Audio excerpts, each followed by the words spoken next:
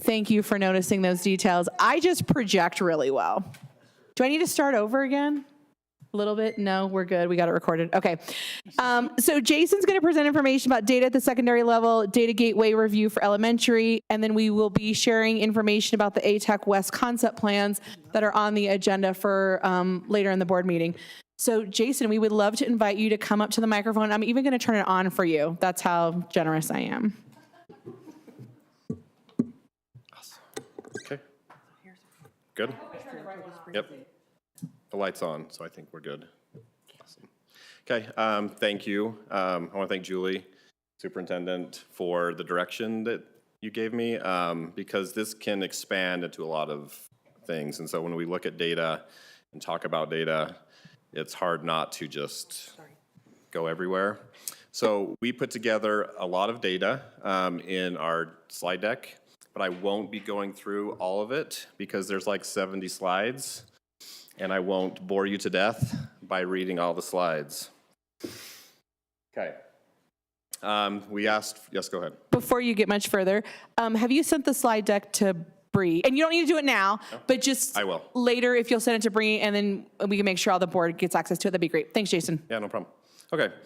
We'll start with secondary, and then we'll go into elementary. And we put together data, and we want to show you how to access data through Data Gateway and through our website. There's different data reports that are easy to find, and there's some that are actually difficult to find on Data Gateway, and so we want to show you kind of where to find everything that you might want. Okay, one of the questions when I emailed Julie was like, how are we doing? I think that's what we want to know, like how are we doing at the schools? How are we doing as a district? And when there's so many data points, it's almost hard to put them all together and say, like, are we doing okay? Or are we struggling here? And are we doing well here? And the state actually combines all the data into a metric.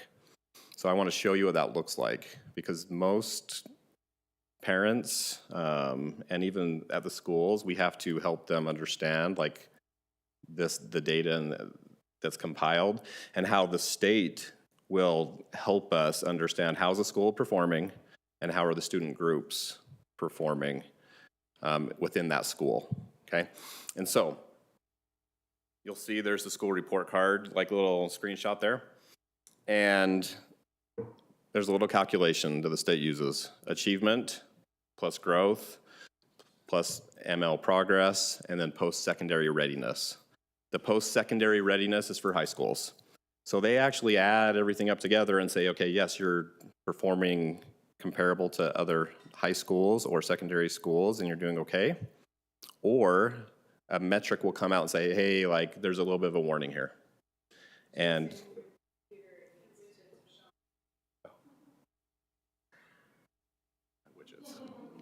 thank you.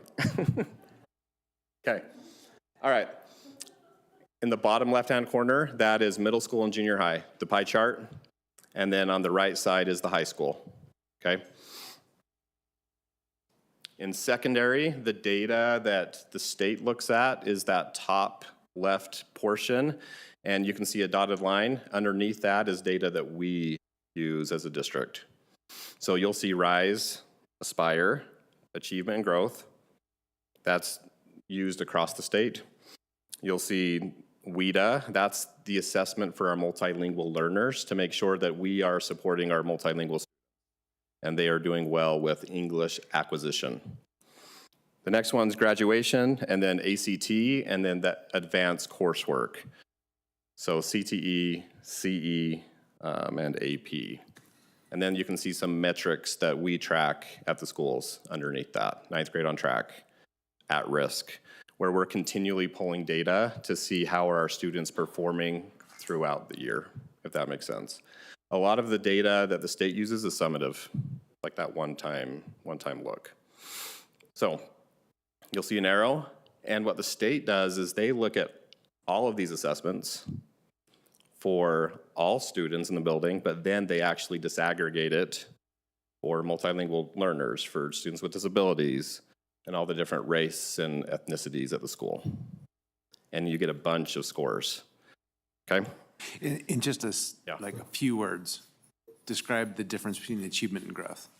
So achievement are students that hit proficiency, and growth, you might have a student that's, let's say, didn't hit proficiency, but they made a good amount of growth Yeah. that they should have.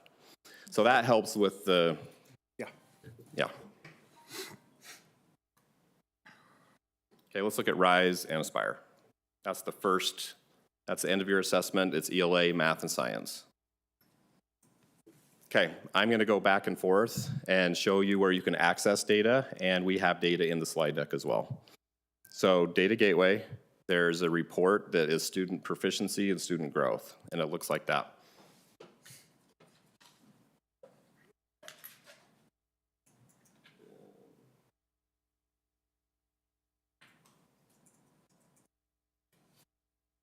When you go into this report, you have to set filters, and schools will use this to look up their own data. There's a couple of awesome things about this, but it's also difficult to start like comparing within a district because you can see state, district, and one school at a time. So think about that for a second. And then if you want to see a bunch of schools, you're like clicking back and forth, and you can't compare it well. It is a nice report because if you scroll down, you have all the demographic percentages of that assessment. You can drill down to school and to grade, but it's a lot of manipulation. Personally, we don't use this one a lot, but schools would, like an SEC meeting, just to pull up like their own data or something, okay?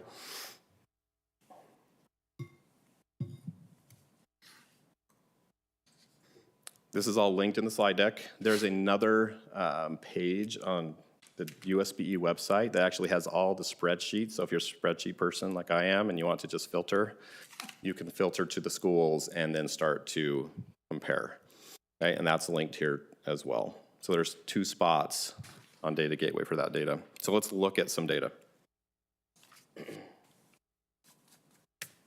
Okay, here's some RISE data, okay, historically. And if you look at that, you can see the state of Utah, Alpine School District, and some of our schools, okay? This is for ELA. That is a spot that we need to, I think, focus on a little bit, is our literacy in secondary. But you can see like we trend kind of like the same year to year, okay? There's a growth metric for ELA as well, okay? Growth, you're seeing like the state of Utah's 50. You see how it's 50 all the way across? They are the average, and so they're always going to be 50, okay? And then if you look at the district and then our middle schools for RISE, for that growth, that should be at least 40. That's like yes, we're doing okay, the students are making years worth of growth, it should be at least 40. Once you get up into like the 50s, 60s, then you have a really well-functioning system where students are making growth. And you can see that our schools are above that 40 cut, okay? So in this slide deck that we'll give you, we have math for RISE as well, and then math growth, and science, and a lot of data here. The next assessment is Aspire. Aspire is the same type of an assessment as ELA, math, and science, and that is for students in 9th and 10th grade. So if you're looking at that chart, Frontier doesn't have any data for those previous years. Why not? Why wouldn't they have any data? Yeah, they didn't have 9th graders, right? But this year, they do have those 9th graders, so we'll have scores for those 9th grade students, okay? Our Aspire data for ELA, we made significant progress on that reading test in secondary from last year, okay? Once again, there's the growth, and the growth should be around 40. That cut of 40 and above is like where you want to be. And so like with last year's data, you can see that we are in the mid 40s to 50s, which is a good growth. So students are making growth, but they may not be proficient yet. So I'm gonna go through real quick. There's math and science, and let's talk about the next one, okay? The next one's WIDA. So that's for our multilingual students. When students come into the country, they get a screener test, and then based on that screener, they will get services at the school if they need additional help. So on Data Gateway, there is a report that has WIDA access, and I'm going to show it to you real quick.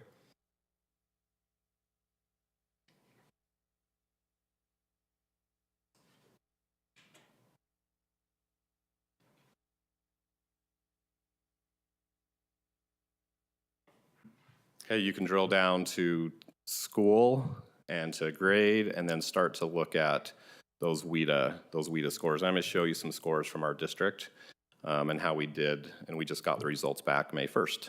So that's exciting.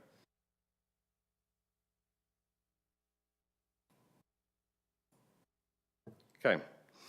On the state website, so K-12, you can see students that are exiting, the percent of students exiting, and that means they're getting a score that demonstrates that they have English proficiency and they don't need those supports, that class, that ELD class, okay? Statewide, around 10%.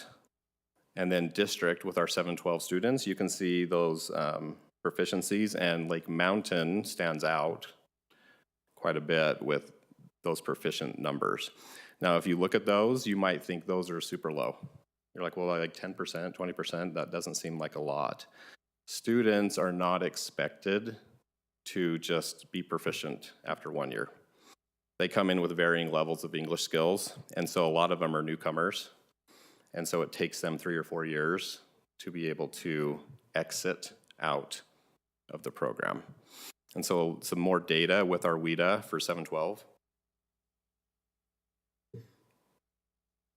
is we track students that increased their composite score from the previous year and those that met their growth target. And you can see that on that data that about 75% of our students in Lake Mountain had increased from the previous year, and then about 50% met their target. Every student gets a target based on where they start, and then we start to track like their growth. And then the schools use this data to be able to make goals with students throughout the year.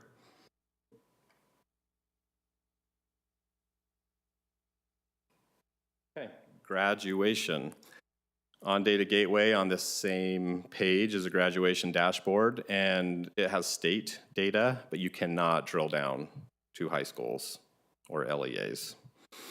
And so there is a spreadsheet that has all the data that's like kind of hidden on another page. And that's going to be linked in the slide deck as well. And we have reports that we've also linked that has all of our graduation data that you'll be able to look at and look at student groups. I want to show you some of the graduation data from Westlake and Cedar Valley, just so you can kind of get a feel of how we're performing. That's overall numbers from the last 3 years. Graduation for this year will be finalized October 1st. So students have time throughout the summer to like make up credits and to graduate. And you can see the state of Utah around 89%, and then as a district, Alpine and then our Westlake and Cedar Valley are doing really well with graduation. What the state now does is they dig into student groups. Sometimes our student groups get hidden inside the big number because there's less of them, and then we're like wondering, okay, how did our student groups do? So I'm going to show you our multilingual students and our students with disabilities on how they are performing. Okay, multilingual graduation. So what do you immediately notice? Goes down a little bit, right? And so that's an area that our high schools, where they will make goals and support those students and help those students track, okay, what do they need to be able to graduate? You're seeing some ranges, like Cedar Valley, like the 80 to 89%. That means they didn't have a large enough N size to give a direct percent. Like, yes, we could derive one, but because the N size was a little bit lower, the state does a range.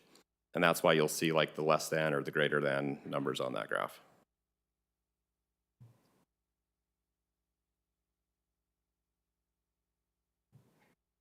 Okay, our SPED graduation. There's the numbers. Yes, it's like been trending up, but there is a need with our special education students in graduation where we can look at alternative paths and credits to be able to help them graduate. And so that's something that our high schools look at as well, to meet with those students and determine, okay, like what credits do you need, and can we use the legislation from USBE to have a different path so you can graduate.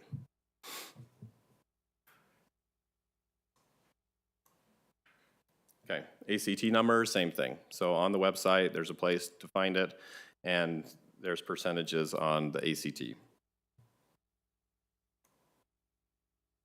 This chart right here shows students that scored 18 or higher, and the percent of students that scored 18 or higher. That's kind of like the cut for colleges. And you can see that as a district, we do really well. Westlake has a little bit higher ACT average of students getting that 18 or more. We just finished our ACT in March, and we're still waiting the final data set. So when we get final data, we'll put that in this slide deck for you. So all the 2026 data is here. So.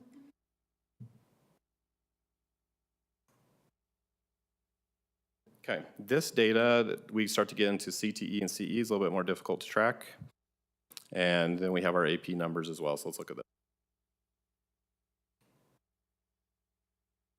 On Data Gateway, in that little menu, there is an early college dashboard where you can look at the LEA, and last year you can see the number of CE courses that our students were taking on that, and I'll show you some data. Okay, AP, let's take a look at that.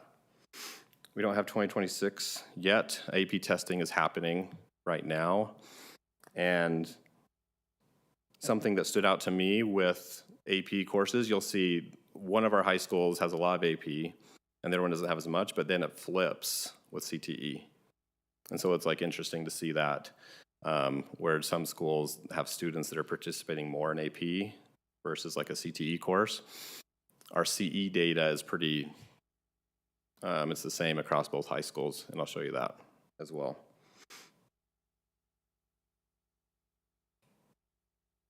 Concurrent enrollment. So our students that are getting college credit, this data set we get from UVU, where our students are taking high school courses that when they pass, they get UVU credit, and you can see the millions of dollars that is saved by our students by participating in those courses. You can see the head counts, the credit hours, they're very similar across both of our high schools.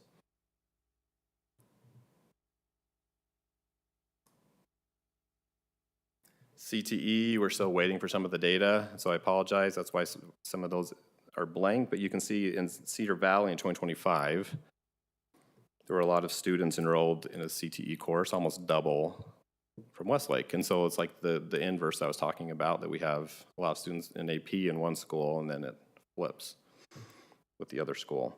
You can see the pathways that were complete, and then the students that had one or more pathways complete at those high schools.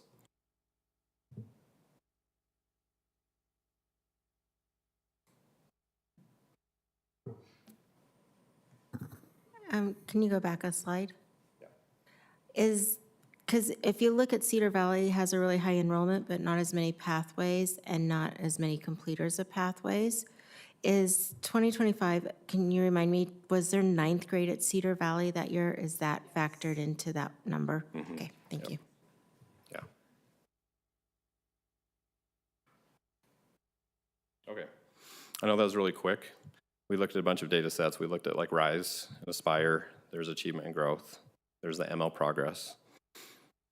Graduation. The state actually takes all those numbers and adds them up and makes a score for the school. If you remember in past years, like a long time ago, there used to be report card grades. There'd be like a school get an A or a B or a C. Now there's no grade. but there is a actual, like a percentage of points where you can look at a school and say, oh, like it looks like this group is struggling. And now we need to dig into those same metrics and see if those students are participating in CE, CTE, AP. And so in your folder is a couple of sheets, and I'll show you what this looks like. Okay, the first one I'm going to go to, it's the secondary page in your folder. And there's like an elementary on front, and then the second page I think is secondary that has that graph.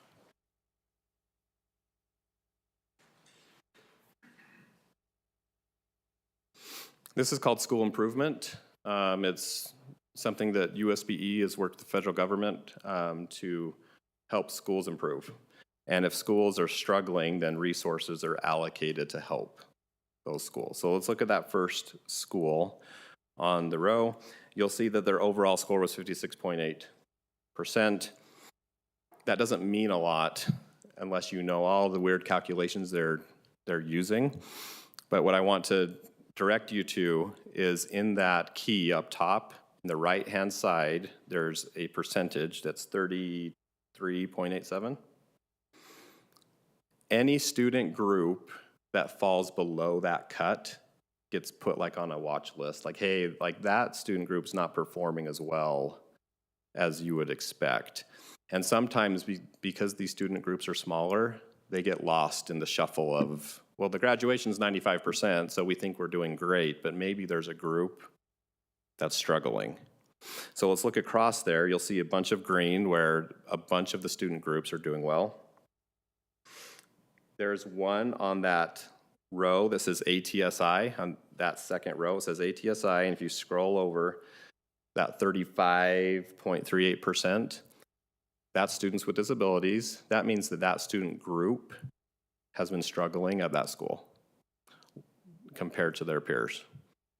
The schools know this, they get this data, and they set goals. And so then they'll set a goal with their students with disabilities of like, let's track and see how those students are doing across all the different metrics. Are they participating? Do they have concurrent enrollment classes? How are they doing with college prep? Okay. And if you look, these are our secondary schools on this list, and you can see probably groups, you're like, ooh, like they're in the yellow, like they're maybe getting close to those cuts. Those are student groups that we would focus on as a district. And schools, like I said, get this data every year where they make goals based on the data that they get. Is there any questions on this before I move on?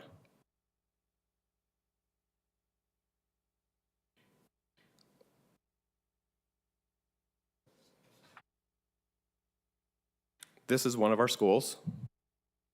This is also in your packet. There's a bunch of graphs. This is the same school improvement data, and this data is actually very hard to find on the state website. It's buried in spreadsheets, and if you don't understand all of the metrics, it's hard to understand like what's going on because the spreadsheets are massive. We compile these into reports for schools. So you'll see on that page, there are student groups. Those are the student groups at the school. You have to have at least 10 students in the group for it to calculate.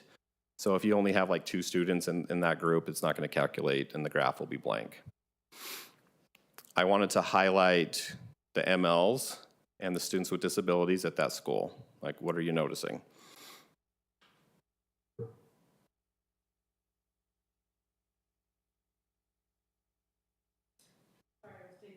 No, you're great.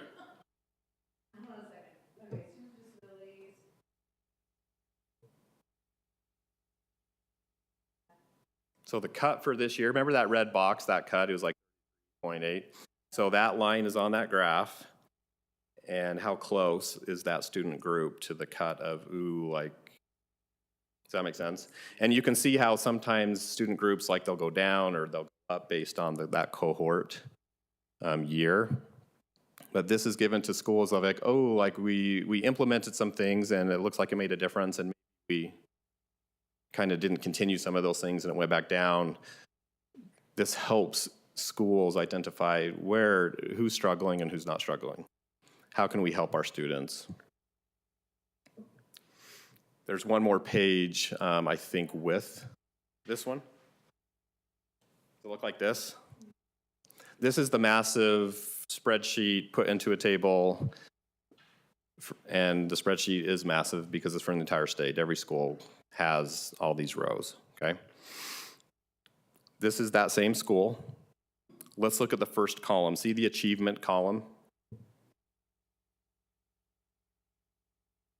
So there's overall, that's all the kids, and then those are all the student groups. Achievement was Rise and Aspire. How are they performing on end of year tests? So that's ELA, science, and math. That 56 on top of my slide, or top of that column, that's how many points are possible for that group. Which means if every student was proficient and every student had growth, you'd get 56 total points.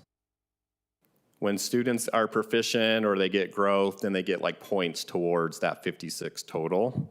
And so as you scan that column, you can see, oh, there are some student groups that are struggling in achievement. If there's 56 points possible,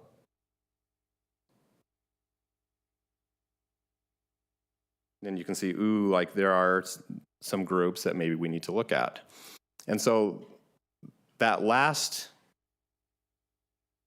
chart that I gave you was the aggregation of all of it.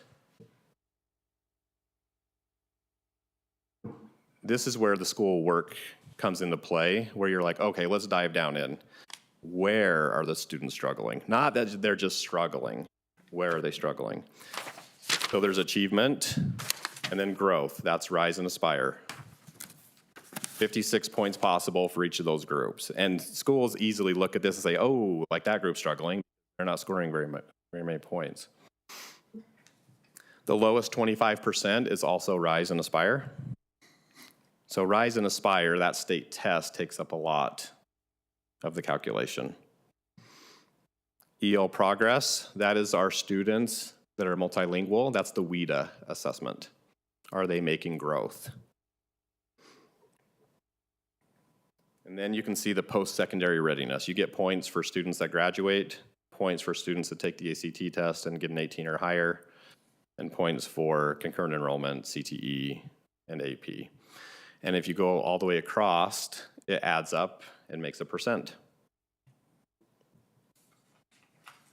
Schools very easily now can look at this data and say, okay, overall it looks like we're doing okay, but maybe there's 2 or 3 groups that now we need to focus on, and we know where to focus. Because maybe there's a group that is not participating a lot in concurrent enrollment courses. Why not? Maybe there are students that aren't taking a lot of CTE classes. Why not? And so then they can identify students and meet with our counselor and talk to them and say, and look at their after high school plans and help them so they're college and career ready. Okay, is there any questions? I know this is a lot of data. Yeah, the comparative data, that one. Mm-hmm. This is really helpful because it simplifies some of the, it's not as disaggregated, but, well, I guess it groups across in columns. How,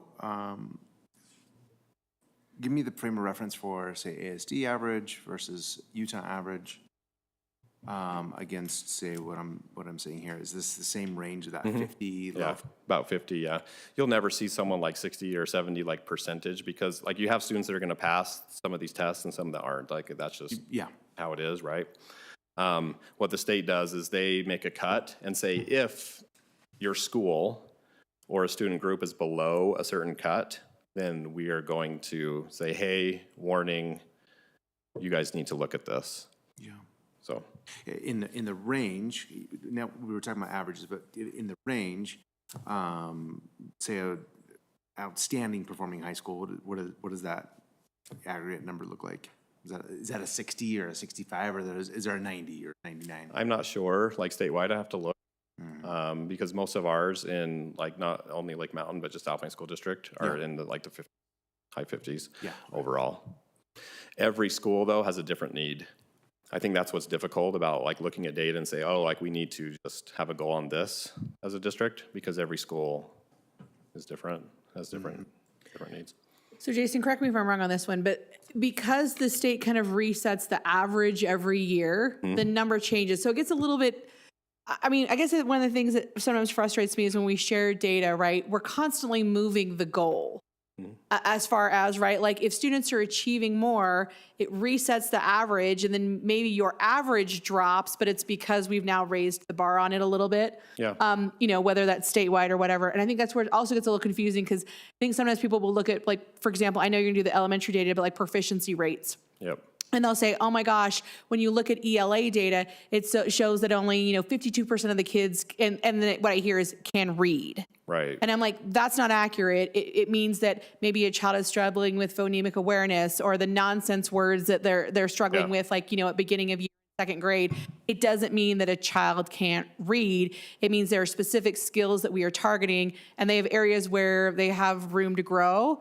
And I really like that. I hated with a fiery passion when schools were given grades, Yeah. because so much of the nuance was left out. And I love that there's now a specific piece of growth, because whether it's a student with a disability or a multi-language learner, some of our students, we want to make sure that all of our students are achieving that high levels of learning, but it's different for every student. Right. And if you look at growth, and growth being like this student had more than a year's worth of growth, that's exceptional for that student, even Right. if they're still not proficient. Right. And I think one of the things I really appreciate, because you have given us a ton of information, Yeah, I'm is sorry. that, no, it's awesome.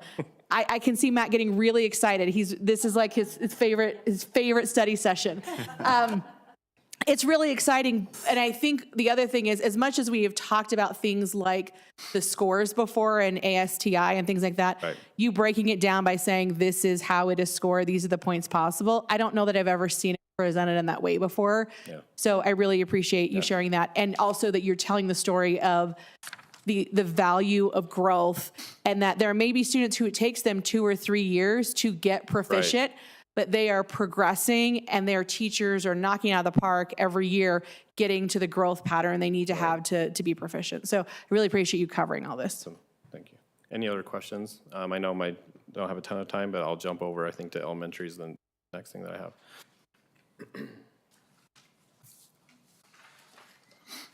Same thing. There's elementary metrics that we always use. And we talk about them a lot. Acadians, you hear about Acadians all the time. Maybe we talk about Acadians too much sometimes. There's also WIDA, RISE, ELA, math, science, and there's assessments that we use at the elementary level to get data. But the same calculations done with elementary students, there's just not the graduation, the post-secondary readiness. So it's a smaller data set. Something that I wanted to show you on Data Gateway that is a very useful tool, like we showed basics. What's STAMP? Okay. STAMP, that's the DLI assessment. Oh, yeah. Yep. It changed from Apple this year. It changed to STAMP. So. Okay. Something that I want to show you is the Compare Schools tab in Data Gateway. There's a lot of text on here. You have, I think, a paper in your folder that has all of that text. The state uses the Gower similarity score to compare schools.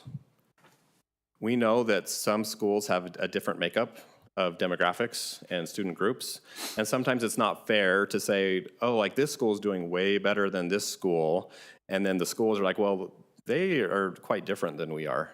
Our population is different. We have students that move a lot. We have multilingual students. We have more here than maybe at your school. And like Julie just stated, some of our students maybe aren't making proficiency, but they're making growth. And so we want to compare similar schools to similar schools. So there's a tool on Data Gateway that does this.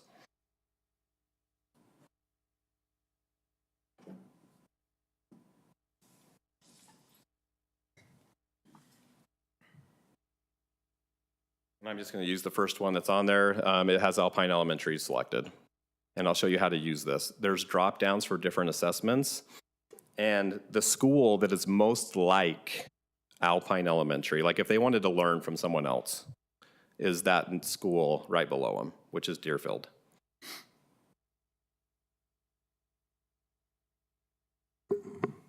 And so schools learning from other schools can now click their school and say, which schools are like mine? Because then I can do a better comparison instead of like taking all the schools in the district and just like ranking them from high to low. And then the highest demographic school is performing the best. This tool is really nice. It has RISE and WIDA where you can start to do those type of comparisons. And then we do that also internally. And so schools can say, oh, like this school is like our school. They're performing maybe a little bit better. Let's talk to them and collaborate.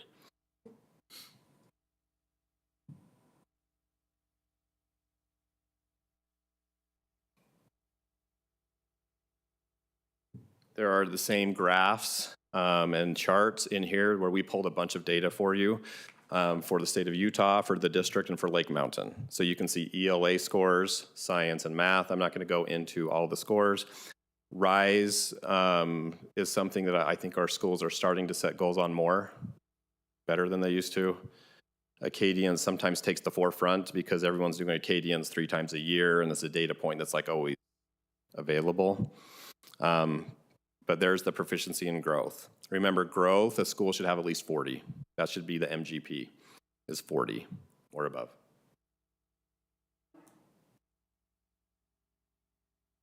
I want to highlight the WIDA, the K6. So in that second table, you'll see Lake Mountain and the district as a whole, Alpine with K6 students. Those percentages are lower. If you remember, the 712 was like 22% for Lake Mountain of students that were exiting. Students that come in elementary are usually first-year ML students, and they are exiting around maybe 5th, 6th, or 7th grade. And so that's why a lot of our newcomers, are in the elementary, and that we have a lower exit. Students that increase their composite from the previous year, you can see those metrics very similar to our 712 students, and we track those as well and support those students.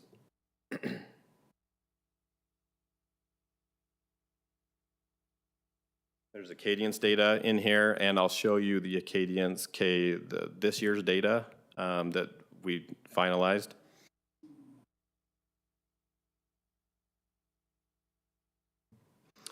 Those are the proficiency and growth scores currently for 2026 Acadians for Alpine, and then we disaggregated Lake Mountain. Our Acadian scores have gone up significantly. We have a little bit of a drop in second. 4th grade dropped last year, but actually kind of stayed consistent, which was good to see. Growth in Acadians, that bottom chart, should be 60%. That's kind of like a good functioning system is 60%, RISE is 40, Acadians is 60. So you can see like 4th grade, their growth is a little bit below that 60, still close, but that grade is struggling a little bit.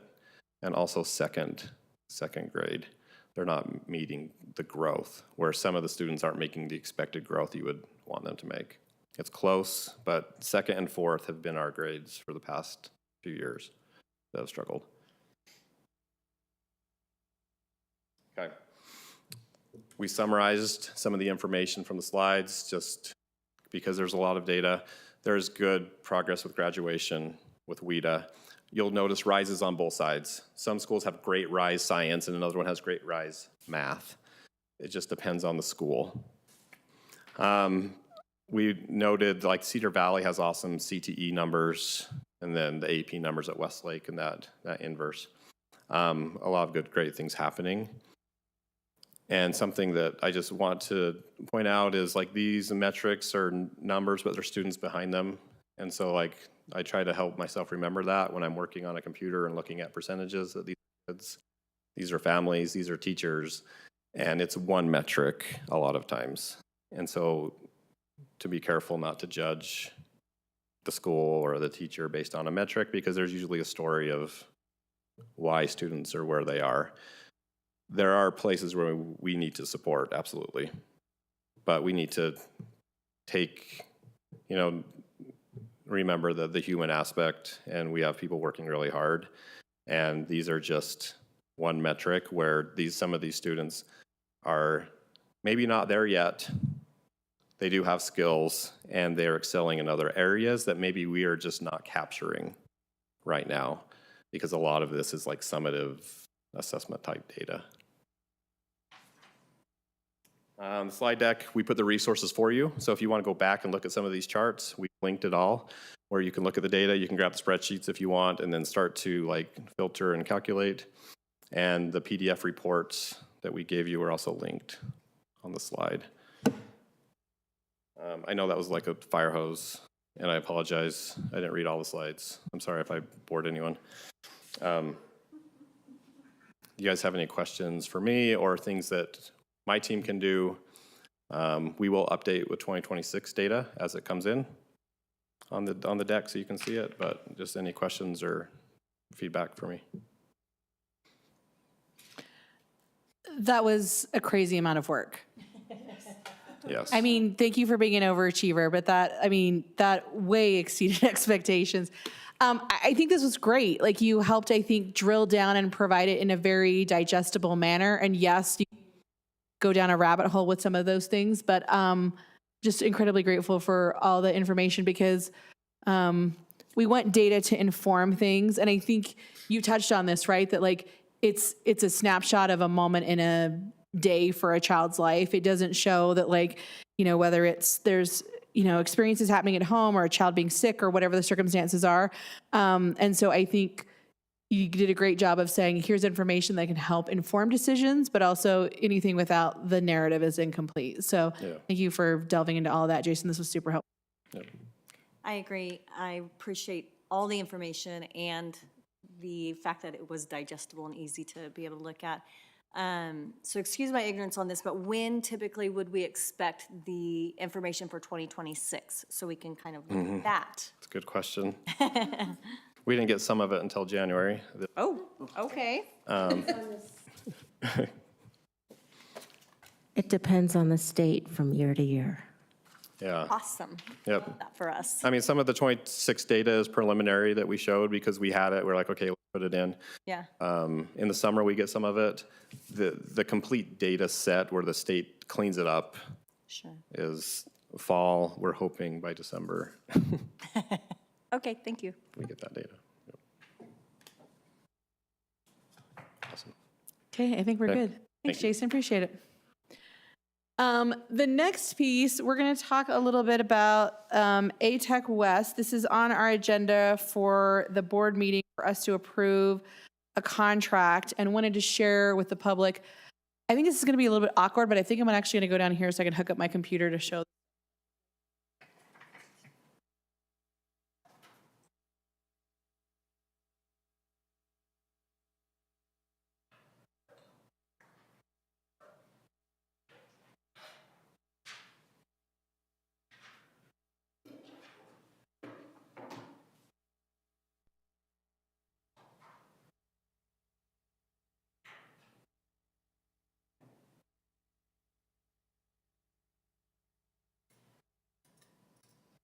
Okay, so, sorry, I'm gonna do it like this.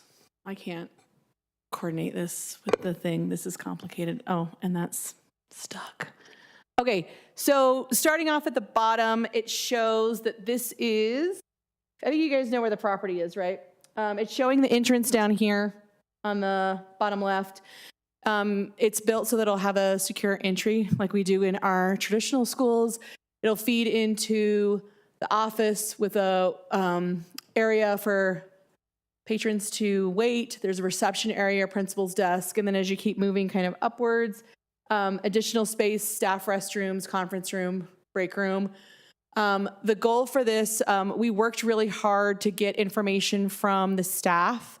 So just to kind of give a little bit of a frame of reference, is we met with staff members I think we originally met about a year ago and then have gone back 2 or 3 times to meet with staff to say, hey, if you had to build the school from scratch, what are the needs associated with that? And so that's where we started kind of with the project as far as number of classrooms, the specific number of restrooms, the multipurpose room, the workroom. This was all based on feedback that we received from staff specific to the needs of the students in this population. You can see that there are additional classrooms all along. One of the nice things about the way this is designed is because the classrooms are all along the edge of the building, all of them will have windows and natural light, which is fantastic. There's also a multi-purpose room for students to have gym. One of the big things that we kept hearing was we need more space. It's a lot of storage. They actually have a situation at Horizon where they have a classroom that they've converted, what they refer to as the parking garage, for all the specialized equipment. And so one of the things that the architect did is there's a space where there's kind of like a shift in the hallway. There's a little alcove, and that is lined up to kind of be a space where we can park additional equipment. This space does not have a commercial kitchen in a traditional sense. We anticipate that it will follow very much the way it's been supported previously with Horizon and ATech West currently, where we have a traditional school that will actually make the meals and transport them over. So there is an entrance kind of near the multi-purpose room that takes you directly into the kitchen. The kitchen will have a refrigerator, some warming space, some prep area. Some of the students have to have specialized meals. And so the idea is that we would support a nutrition individual at one of our traditional schools that would be specifically focused on helping create the meals for the students and then transporting them. You can see also additional space for restrooms. One of the things that we had heard repeatedly is that they need space for changing tables and showers to make sure they have adequate facilities. We've also provided an additional changing table that can be used in the nurse's office to provide a third changing table to meet student needs. There's also a couple of work sites that are based in it. We kind of put placeholders there. There's not necessarily the businesses that we located there, but the idea is to have a couple of businesses internally. The focus is that these students are often, we refer to them as interns. They go and do internships. We have partnerships with local businesses, nonprofits that support these students in gaining job skills. And so there's a couple of sites located on the actual site of the property. We also have an OTPT space, and then there's a little squiggly line. That is a curtain or like an accordion door that basically can open up so that if at times access and making it one big space. What else? I don't know what else we need to know. Do you guys have questions? And then, the other thing I want to make sure you're aware of, when we got the initial design that was delivered to us by the architect, who, when she took like our big giant list of, asks, she was able to plug it into the space. We went to parents first. We gathered a group of parents, some of them Horizon, some of them ATech West parents, who will have students who attend ATech West, and had a conversation with them about what was being provided, got their feedback, and then we met, this is probably the 3rd or 4th time we've met with staff to go back, give them in the initial designs, and get feedback from them. So we've gone through, we feel like, a very stringent process of looking at existing buildings. We've also done site visits to Horizon and ATech West to show what exists currently and improvements that can be made. So we feel like we've done a really, very intense process to make sure we get a level of feedback from parents as well as staff members to make sure that we're meeting the needs of our students pursuing internships. I noticed several of the classrooms have outside entrances, so one from the hall, but also outside. What was the purpose of that? I'm a little surprised. We actually will have the doors that have outdoor access will be non-functioning. One of the challenges is that some of our students are a flight risk, and it becomes a little bit of a safety issue. But based on the commercial development of this area, we do need to have the doors there because, for example, if at some point we exit the space or whatever, they would want to make sure that for other individuals, that secondary access is available. Just makes it so that the product is something they can utilize for other individuals in the future. Someone has to turn Melissa's mic on. Talk loud too. My question is to you, can you clarify to the community the location and also just kind of where north-south is on here so we can visualize where it is? Yeah, for sure. So the building is oriented facing east. So the entrance is facing east, and then the back of the building is facing west. The right side is on the north side. Left side is on the south side.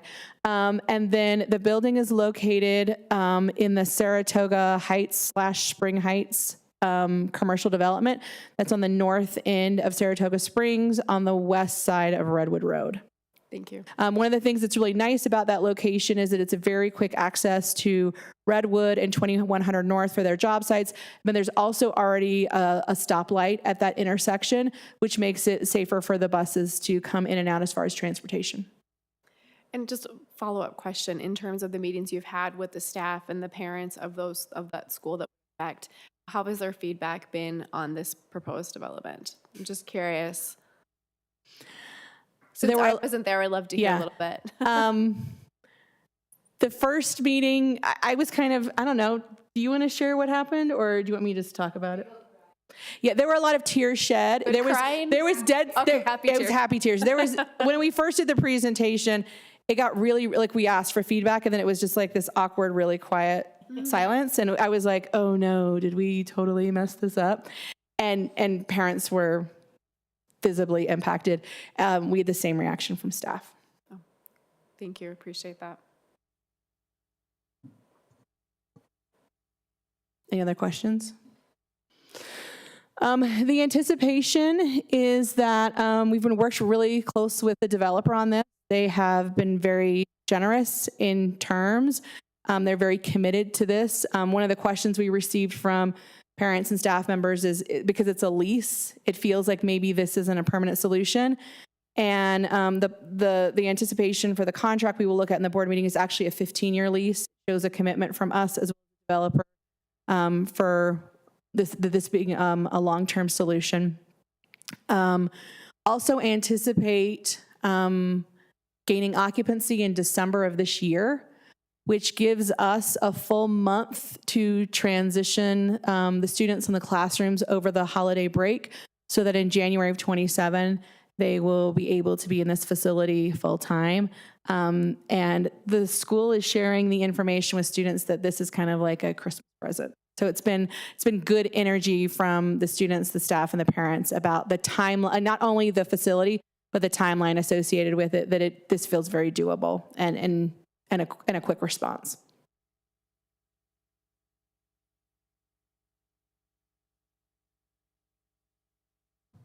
Because it's happening in the 2027 school year before we're actually having students, is Alpine School Board involved at all in this process, or is it all us? They're not involved in, well, it gets a little bit complicated. We're requesting, we're hiring a principal for ATech West. And so we'll participate in the process, but technically they'll be an ASD employee. But the anticipation is right that they would kind of stay long-term with us and be the ATech West principal. As far as the details of all the pieces, the contract is actually between Lake Mountain and the developer, but we anticipate that there would be a level of concurrence from the Alpine board, just like we have in ones where we've had overlap. Who gets to choose the name?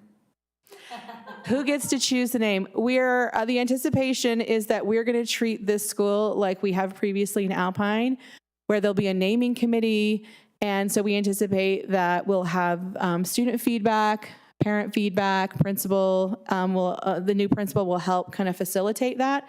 So very much following the same process that we do for a traditional school, and we anticipate a high level of participation in that process, and super excited for these students to help name, pick a moniker. So That's fun. The timeline for that principal? the job is currently posted. It's usually posted for 2 weeks, and there's an interview process. That person's offered the position. They would start July 1 of 2026. So their official contract would start this year. And yeah, that's the timeline. They'll have a lot to do, right? Yes, it'll be exciting. Super fun. Okay, thanks.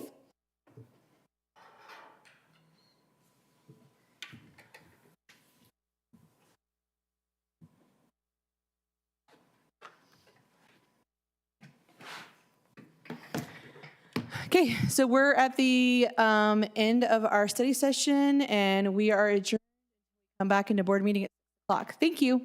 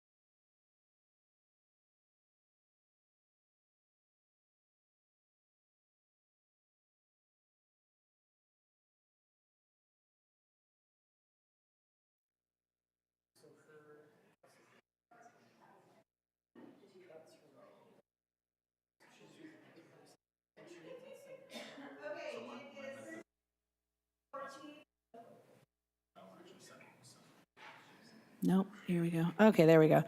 It is Thursday, May 14th, 2026 at 6 p.m. The Board of Education for Lake Mountain School District is now called to order.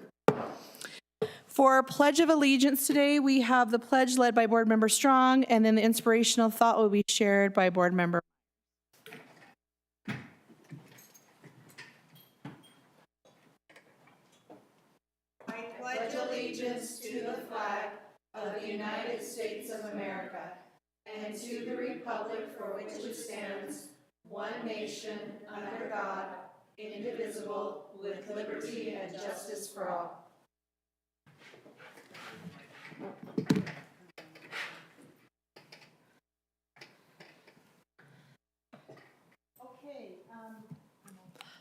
Hang on, Sorry. she's got it. A candle loses nothing by lighting another candle. Sharing things we know and do with others isn't going to take anything away from us, but it could help build somebody else to become even better. Yeah, can we? Okay, we had our students who are going to participate join us. And so, Tank, are you okay to lead us in the Pledge of Allegiance? Awesome. If you want to come to that microphone right there, you can pull it down to your level a little bit. So we're going to have Tank Haas from Cedar Valley Elementary lead us in the pledge. And then Tyson, are you going to share an inspirational thought with us? Okay, thanks. Please stand. Please say the pledge with me. I pledge allegiance to the flag of the United States of America and to the republic for which it stands, one nation, under God, indivisible, with liberty and justice for all.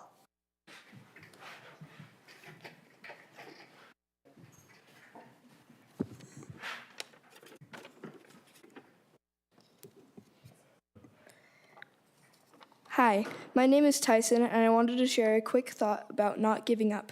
A few years ago, my dad started a roping club. At first, it was really hard for me. I had trouble learning how to throw the rope and hardly ever caught the dummy. I got frustrated and wanted to quit. But after talking to my mom and dad, I decided to keep trying. There's a poem I like called Stick to Your Task. Stick to your task till it sticks to you. Beginners are many, enders are few. Honor, power, place, praise will come in time to the one who stays. Stick to your task till it sticks to you. Bend at it, sweat at it, smile at it too. For out of the bend, the sweat, and the smile will come life's victories after a while. I think that poem is true because when I started roping, I wanted to quit. Because I kept practicing, now I can catch almost every time I throw. It reminded me that even when something is hard at first, you keep working at it and you can improve a lot. Thank you.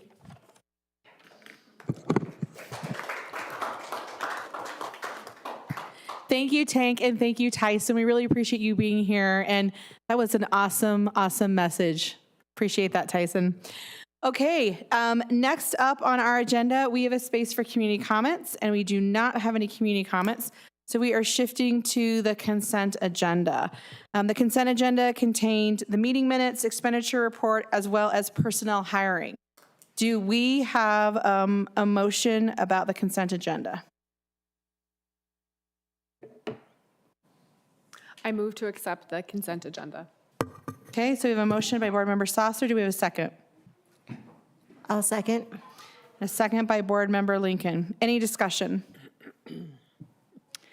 Seeing none, all in favor of approving the consent agenda with a motion by Board Member Saucer and a second by Board Member Lincoln, please say aye. Aye. Any opposed?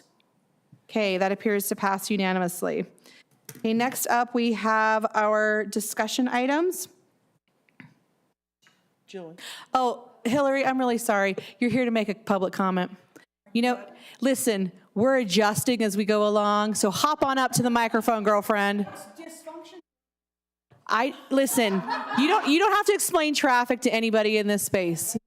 There's a grace period, and you're here just in the grace period. When I said dysfunction junction, every one of you know what I'm talking about. And I just went up the stairs. Is it really my turn?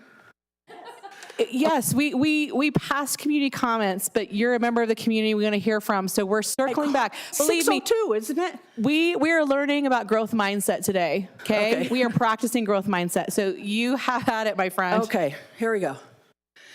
Okay, my name's Hillary Clark. I'm the mom of 5 boys, 4 of which are currently enrolled in ASD schools, future Lake Mountain. I have a 16-year-old sophomore, right here, Hunter, that's disabled and he attends Horizon School. In 2 short years, he will attend ATEC West. I voted for the split, but with this vote, I felt that I was voting away the possibility of an adequate facility for my son before he got out of post-high. My comments today are to encourage Lake Mountain Board to approve the ATEC West contract to move ahead with the new build as President King presented in study session today. I've made public comment at ASD board meetings for 4 years regarding the need for adequate facilities for ATEC. I'm thrilled that the Lake Mountain School District has prioritized this need. I want to thank the board for pursuing an adequate facility for our disabled students.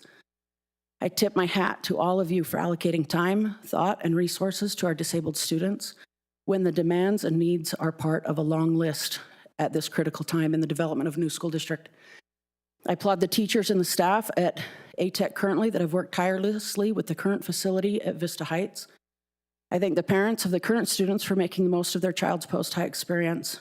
I plead with the board to approve this much-needed facility for our new district. In addition, and completely aside from the ATEC facility, I want to thank each of you for dedicating your time to making Lake Mountain School District great. I do not envy your commitment that you have made. The hard work that I see, and I know I only see a tiny sliver, is much appreciated, and I applaud you. Thank you.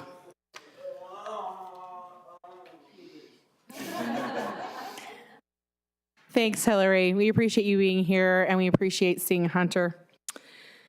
Okay, next up, discussion items, the fiscal year 27 budget. Before we start any discussion, I do want to make a note. I made an error, and the doc that was posted for the budget didn't include the board expenses and the general expenditures. I have shared that edited, corrected version with the school board members, and we will make sure that the corrected version is placed in the board documents when they go out. The board, okay. Okay, perfect. Yeah, so it'll be, Bree will, when she posts the board docs, you know, she'll make an attachment with the corrected version associated with that. Okay, so this is a time where we can discuss budget if board members want to make comments. We are not voting on the budget tonight, just as a point of clarification for the public. The budget has to be posted 10 days in advance. And so we wanted to make sure we had a discussion option here. And then the anticipation is it is posted for our next meeting in 2 weeks for us to actually take a vote. So we're not voting tonight, it's just discussion about the budget. So a couple questions. Could you just give like a summary, just kind of where we're at? I know a lot of times people are still concerned about the new district and funds and everything, and I know there's only so much money we have to play with per se at this time. If you could just kind of give a summary of kind of the outlook and where you think we're going and how things are in relation, if that makes sense. Doesn't have to be detailed, but just kind of like an overview. Melissa, budget's my favorite thing to talk about, so thank you for giving me that introduction. I think there has been some incorrect information shared sometimes about budget. One of the things that a former BA used to say all the time in Alpine is a growing district is a healthy district. I feel like we're very, very healthy. We will have a lot of capital needs that come forward. That's a given because of the growth that we're experiencing. But because of that growth, we also generally have a lower cost per student because of the amount of students that we are servicing per building. And we actually, when we went for the bond in, a lease revenue bond was generated for the new high school as well as junior that's opening this fall. And when we had to go through the bond process, we had to go through it as Lake Mountain, even though we weren't technically formed yet. So when all the underwriting was done, when they were looking at, is this a safe bet? When the bonding agencies were coming in and giving us actual ratings for our bonds, all of that information was done based on Lake Mountain's financials because we were the ones that were taking on the debt, and the debt would be assigned to us based on code that was passed in Senate Bill 198. We had a flurry of people who wanted to support that bond, who were very anxious based on our credit to buy that bond, which actually drove it down quite a bit when it came to the interest rate. And one of the things that happened, generally leased revenue bonds, you get a higher interest rate than you will a general obligation bond. Because general obligation bonds, basically you had your public come forward and say, we are doing this, we support this, we're putting our financial backing behind it. Lease revenue is a little bit different, and generally it's just the 7 board members who approve it. And so there's a little bit higher of a risk associated with it. When we got our bond rating back, we actually got a better rate with a lease revenue bond than a Utah district at the same time received for a general obligation bond. So if you don't want to believe me or whatever, the people who financially do bond ratings and rate districts professionally gave us very good ratings. And like I said, our lease revenue bond percentage, our interest rate came back lower than a Utah district going for a general obligation bond. So I feel very confident about where we're going. As far as our budget, it's a little bit different this year. We won't have, and this is for fiscal year 27, so it goes July 1 of 2026 through June 30th of 2027. Our budget is significantly smaller than our budget will be on July 1 of 2027 because it's the $60 per student allocation, which we received in January of this year. We'll get that allocation again in January of next year. Also, through negotiations, each district was given $10 million in capital to address some capital needs. And then you will see some things that kind of roll over. But this is a fraction of what our budget will be when we start functioning and we're over student instruction as of July 1, 2027. So this is kind of, our very first budget was very small. This one's a little bit bigger because you see more of the capital dollars starting to flow this way. And then we'll have a fully functioning budget for FY28. So under revenue, the third item down, it says the $60 per student. Mm-hmm. Is that cut in half because it ends in June? Yeah, so the way that we did the budget for fiscal year 26, we got the 1.5 million in January, but it really needed to last us not only to all of, to December 31st, but that really covers 2 fiscal years. It covers the first 6 months of this fiscal year, and then really like the first 6 months of the next fiscal year. So instead of allocating that full 1.5 million in fiscal year 26, the first 6 months, we really only designated half of it and planned for the second half to roll over. So what you see on that line, that carryover, is essentially what we planned for that we would not spend because it was going to cover the next 6 months of this calendar year. It's really fun to talk about calendar years versus fiscal years. Oh. It's confusing, So sorry. basically, we got $1.5 million for all of 26, Correct, calendar year. calendar year. Yeah. And beginning in January of 27, we get another $1.5 million that will last us the whole calendar year of 27. It can last us as long as we don't spend it. But the idea is that it's to get us over the hump between January 1 and June 30th of 2027. And this is like a small point, but based on our growth, it'll be more than 1.5 million because we'll have more students In July. in January of next year than we had January of this year. Okay. One other comment I have the advantage of looking at what's not posted. So what's not posted, there were a couple of things left off. So I'm looking at what is You got the now corrected complete. version, right? Mhm. The question I have is the revenue is just under 41 million. And the expenses are over 41 million. I'm wondering why we have expenses more than our revenue. It seems like to me it should be less than the revenue. Yeah. Part of that is just a level of flexibility associated with some of this. So for example, I do not anticipate that we will spend $37 million on capital. But one of those pieces, like the $10 million that we received for capital, some of that, like for example, when we bought those 100 acres, some of that, like the down payment and then, the deposit we make, like, kind of a thing, those get paid now, but you're seeing the full 10 million because we don't know which of those bills come due. And so generally it's accepted practice that you put some capital dollars in one fiscal year and then kind of double those capital dollars in the next fiscal year, not knowing when the bills will come due.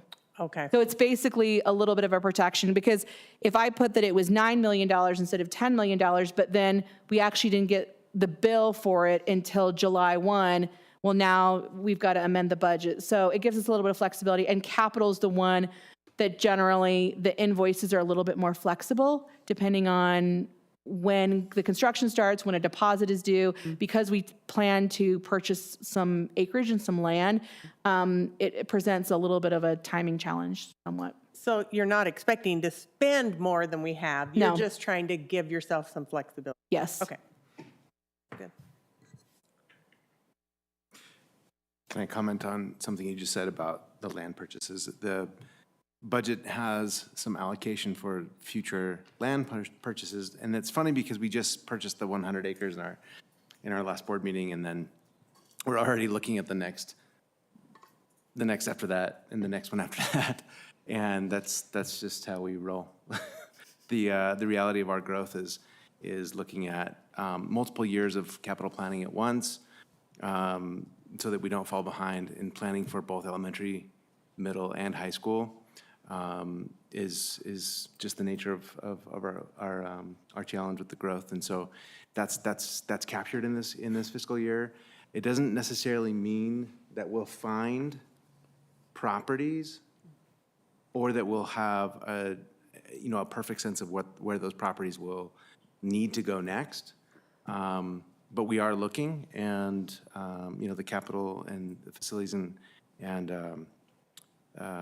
planning team is actively looking, so just a note there.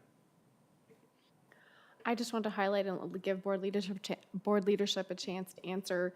I know there's been some things that we've been doing as a board to be very intentional about how we're spending and how we're saving. This would be a perfect time if we wanted to share a little bit of that, if that's okay.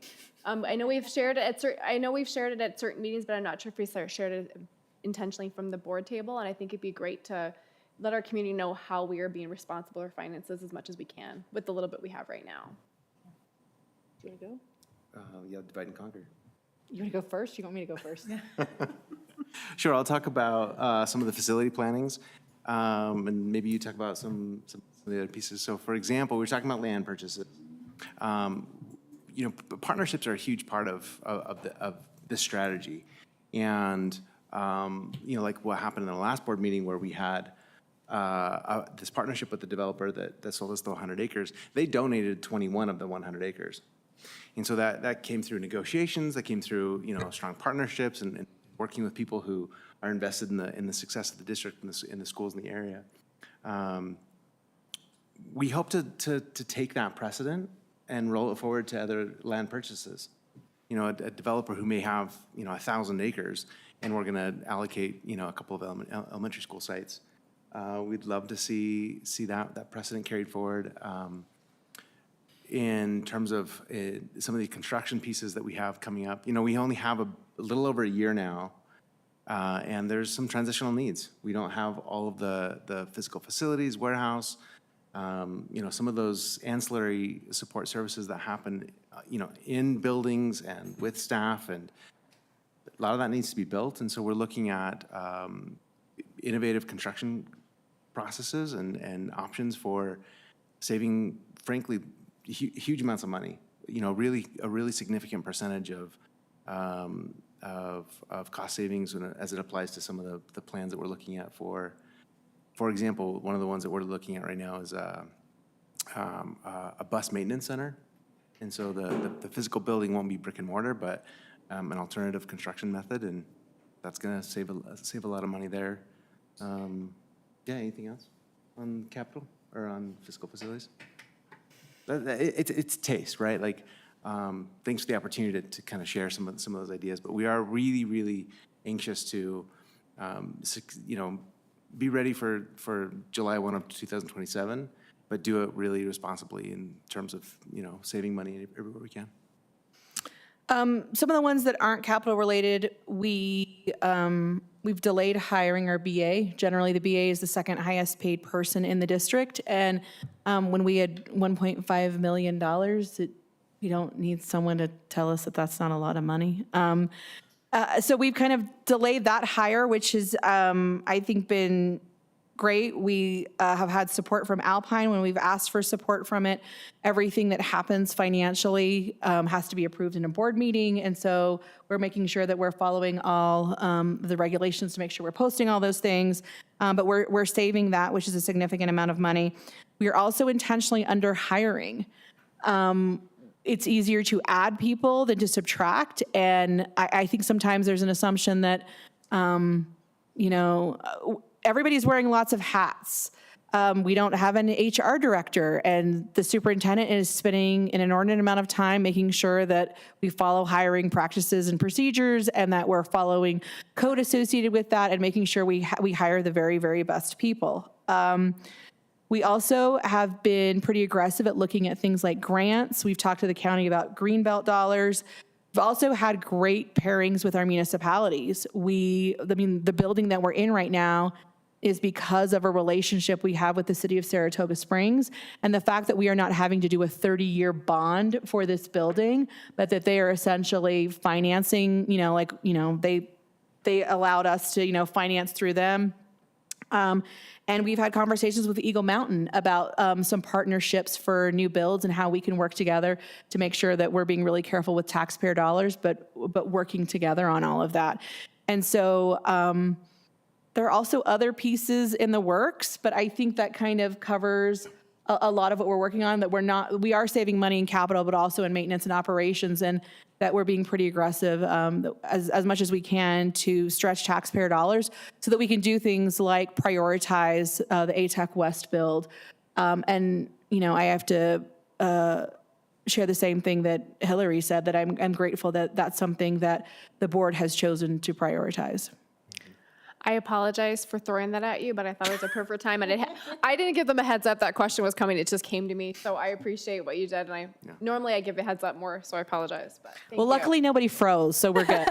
Nobody was like, wait, we saved money? Okay.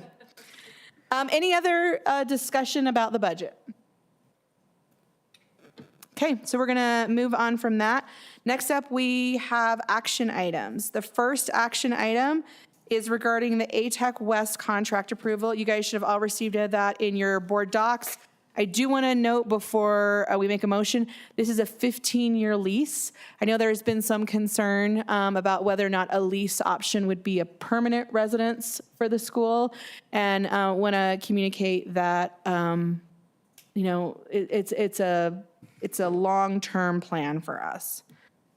Okay, I will entertain a motion regarding the ATEC West contract. I move to approve the ATEC West contract. I second. Okay, so we have a motion by Board Member Lincoln and a second by Board Member Judkins. Any discussion? On the theme of saving money, I just want to, publicly thank the group that we're working with. It was just, a couple of months ago, and we started talking about looking for the right location and the right build for the school. And here in study session, we had a presentation for an option to add it to the back of Horizon. And while that was a compelling option, it was very capital intensive. It was going to be expensive.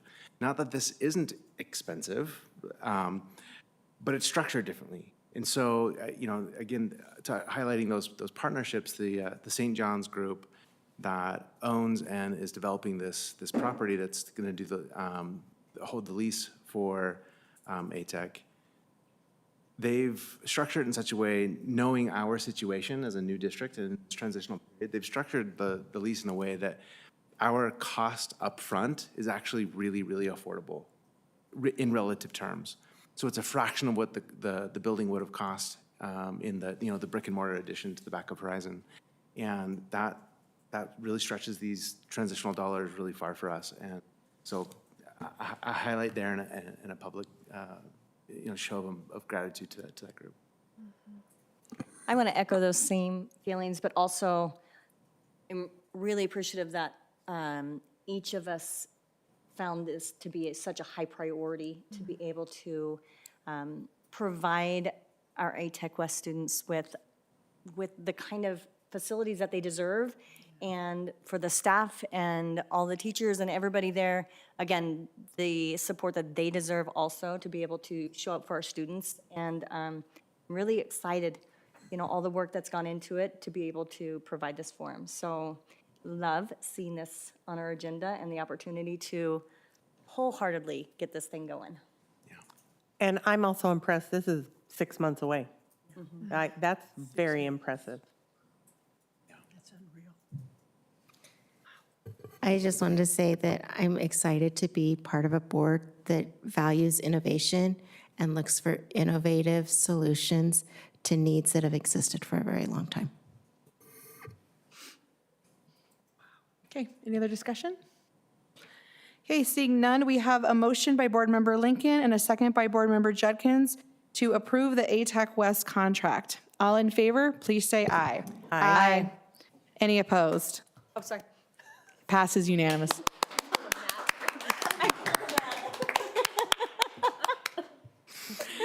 Generally, the rules, you're not supposed to clap in a legislative thing, but we just kind of let that roll, and we actually, as representatives, do most of the clapping, so there's that. Next item on our agenda is the Saratoga Springs real estate purchase contract. Do we have a motion regarding that? Yeah, I move that we table this action item until the next board meeting. Okay, so we have a motion by Board Member Isaacson. Do we have a second? Second by Board Member Saucer. Okay, any discussion? We thought this was ready, but ended up being a little premature, and so there's still some details to iron out, and so we'll wait and revisit it next time. Okay, so we have a motion by Board Member Isaacson and a second by Board Member Saucer to table the Saratoga Springs real estate purchase contract. All in favor, please say aye. Aye. Any opposed? Okay, that appears to pass unanimously. Next up, we have superintendent and board member reports. Dr. Carter, we would love to hear from you. Okay, I have a number of items. The first one is that we have our Assistant Superintendent of Secondary with us tonight. She's from California, so Kim Romerl, if you'll just please stand so people can see you. She's been in ASD, Alpine School District, for the week, and she's with us today. You can come if you want. I know how that awkward. That's so awkward. Sorry. And she's been able to spend time here and to be at our study session and our board meeting. There was a CTE meeting prior. So we're excited to have her here. She will be moving here, and starting in July 1, 2026, she'll be with Alpine School District, and then she will be a part of Lake Mountain on July 1, 2027. Sorry, the dates can really mess with me. All right. I also wanted to let you know that we did announce some new hires. You probably saw that, but I want the public to know that the Lake Mountain Middle School principal is Jeremy Scott. The Vista Heights Middle School principal is Eric Mariano. The Director of Technology Engineering is Scott Chandler, and the Director of Technology Support is Brock Giles. And we're excited about those hires. Our next hire will be for the ATech principal. So we'll be announcing that. Probably it closes on Tuesday, so we won't announce it on Wednesday. So it'll probably be a week from Wednesday, but we're excited for that announcement so that they can get started on naming the school and picking the mascot and all of the fun stuff. So there you go. We also posted for the Director of Student Services, the Director of Transportation, and the Director of Safety and Risk Management. So those three are currently posted, and we will be hiring those as well. On Monday, we had the delightful experience of going to Cedar Valley Elementary and celebrating with them 116 years in operation. It was a really great night. They had the student council doing a lot of the greeting and passing out of things, and they were just so good. And it was well organized. There were lots of pictures, lots of memorabilia, lots of everything, and everyone was smiling and happy, and it was a great place to be. And then immediately following that, we went to the administrator retirement where we said goodbye to some of our great administrators out here, and we really appreciate all of the work that they did. Finally, I want to say thank you to Jason Croton, who presented on data tonight. He did an amazing job. It's a tricky thing to try to do, to get people to understand what the data means. And I would encourage anyone who's listening, if they want a great experience in learning how to use data, you can go to study session and really learn a lot. I think it's also important that we hear what he said, that this is just a snapshot. It's one day in the life of a student, and we can't make all of our decisions on one day, especially when we often get that one day 8 to 12 months later. So we can learn and we can grow and we can adjust, but we need to have an ongoing thing, which is why we really support the PLC process and the data that the teachers themselves are collecting on the students and the students themselves setting goals. So I just wanted to highlight that as data. And thank you for everything you're doing. We appreciate it. Thank you, Dr. Carter. It's now time for board member reports if board members want to share information.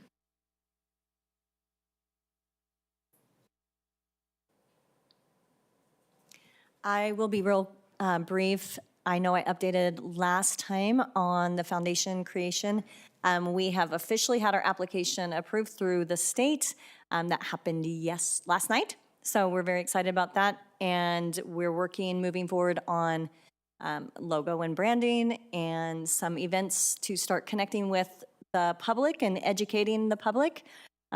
So we're really excited about that. We've got some great starts to building a board of directors and great people that just are really, really passionate about supporting our students and our teachers and staff and our community, and just really excited to see where we're going with this.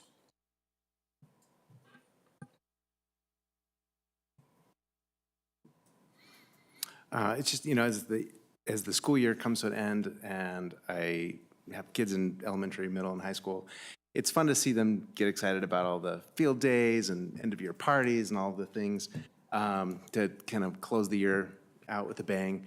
We were at the Vista Heights Middle School end of year band concert, and there's a new teacher taking over that program, Mrs. Mortensen.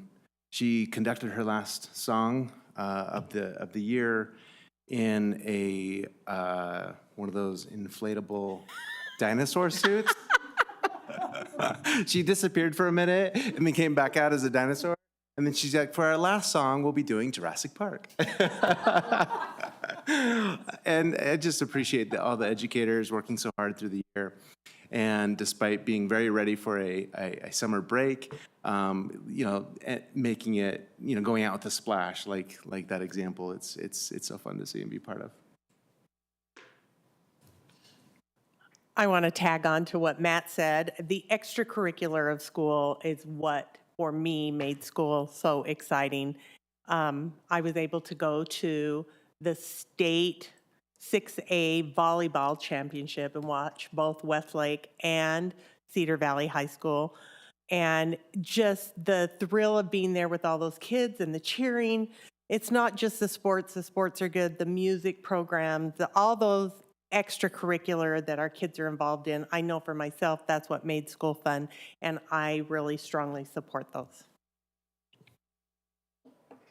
So I was going to comment too, just all the different events at the end of the year, and I really liked our inspiration thought by Tyson, where he talked about stick to a task that sticks to you, and it kind of makes me think at the end of the year how there are so many things that are wrapping up that even though you start getting a little anxious for summer to come, but there's still the end of the year concerts and your events. And just want to thank everyone involved in those. I've been to a handful, and it's nice to see the excitement. And I would be remiss not to say how excited I am for what we approved tonight, having the new ATEC West, or the new, whatever name it's going to be. I don't know. It's coming in Christmas, so maybe it'll be winter related. I don't know. Just put a plug out there. But I'm just so excited for that. And I want to thank Hillary for coming and sharing her comments as well. I know you echo a group of many parents beyond your voice. So thank you for coming. Remember when I said I was going to be brief? I'll be brief again.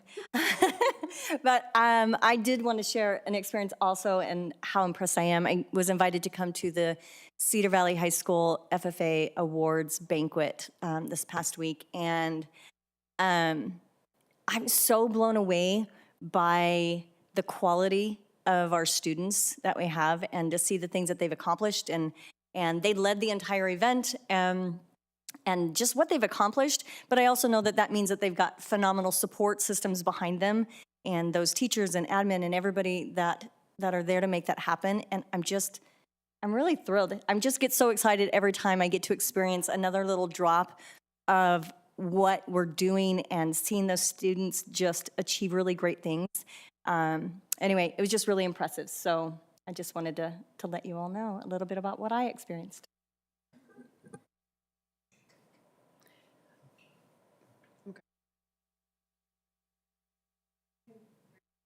We all good?